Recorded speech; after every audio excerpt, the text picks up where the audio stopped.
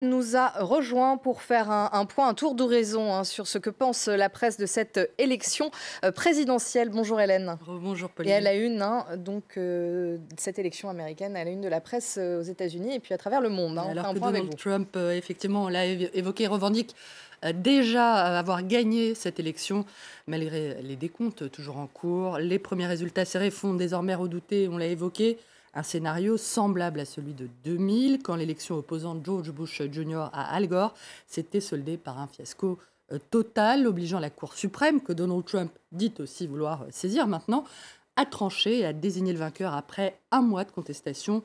Cette fois, l'affaire ira peut-être un peu plus vite, ou pas, mais oui, ça va prendre du temps, prévient le Huffington Post. Combien de temps exactement? Ça, le New York Times ne le sait pas évidemment, mais le quotidien, qui évoque une élection extrêmement serrée, pleine de suspense, parle d'au moins plusieurs jours. Pour le moment, ce qu'on peut dire sans se tromper, c'est que la fameuse vague bleue espérée par les démocrates n'a pas eu lieu, ce que ne manque évidemment pas de relever la presse conservatrice, à l'image du Wall Street Journal, en parvenant à décrocher des résultats serrés et en parvenant peut-être à faire jouer les prolongations. M. Trump vient de réussir une énorme deuxième surprise politique, comme en 2016 donc. Au moins quelques sondeurs peuvent-ils commencer à chercher un nouveau travail, ironise le journal. La presse étrangère, elle souligne les profondes divisions qui se sont manifestées lors de la campagne. Le journal saoudien Asharq al-Awsat parle de la confrontation de deux Amériques, deux camps antagonistes qui attendent maintenant, et peut-être donc pour un bon moment encore, les résultats de cette confrontation dans les urnes.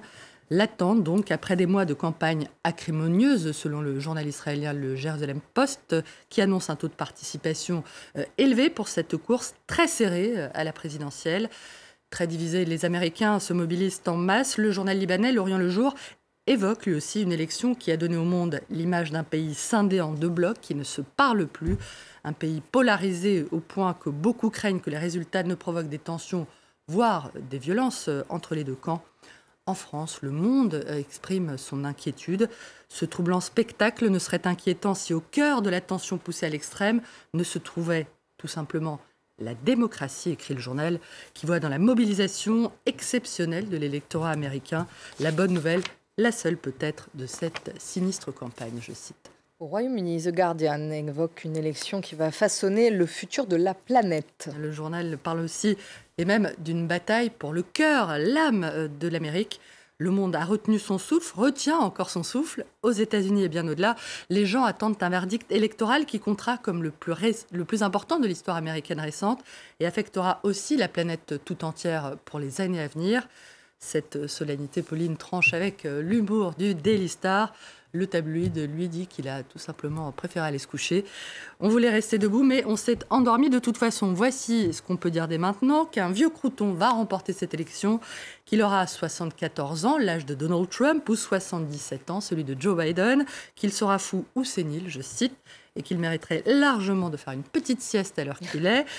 Donald Trump, en tout cas, a semblé parfaitement réveillé, pour ne pas dire déterminé, ces dernières heures. En tout cas, ça a le mérite d'être clair. Donald Trump qui est finalement parvenu à façonner le Parti républicain à son image. Et qu'il emporte ou non cette élection, le président sortant, par ses fanfaronnades et son sens du spectacle, je cite, aura totalement transformé le Parti conservateur, note The Washington Times, qui se demande si c'est pour le meilleur ou pour le pire, je cite, pour le meilleur ou pour le pire. Les 4 années écoulées auraient aussi accru les divisions entre l'électorat féminin et masculin, d'après The Financial Times, qui fait état de plusieurs sondages montrant un écart record dans cette élection entre le vote des hommes et celui des femmes, qui semblerait s'être détourné assez largement de Donald Trump.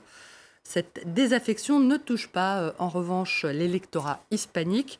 La chaîne de télé CNN cite, elle, d'autres sondages qui indiquent que ces électeurs auraient davantage voté pour Donald Trump cette année qu'en 2016, malgré sa politique anti-immigration qui a été très décriée, qui est toujours très décriée par ses adversaires démocrates, mais pas seulement. On va pas se quitter là-dessus, Hélène. Allez, pas question de vous dire à demain, Pauline.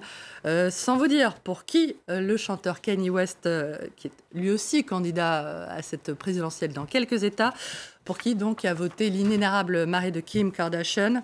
D'après le Huffington Post, le chanteur a déclaré avoir voté pour la première fois de sa vie à cette présidentielle et qu'il a voté pour quelqu'un en qui il avait vraiment confiance, autrement dit pour lui-même.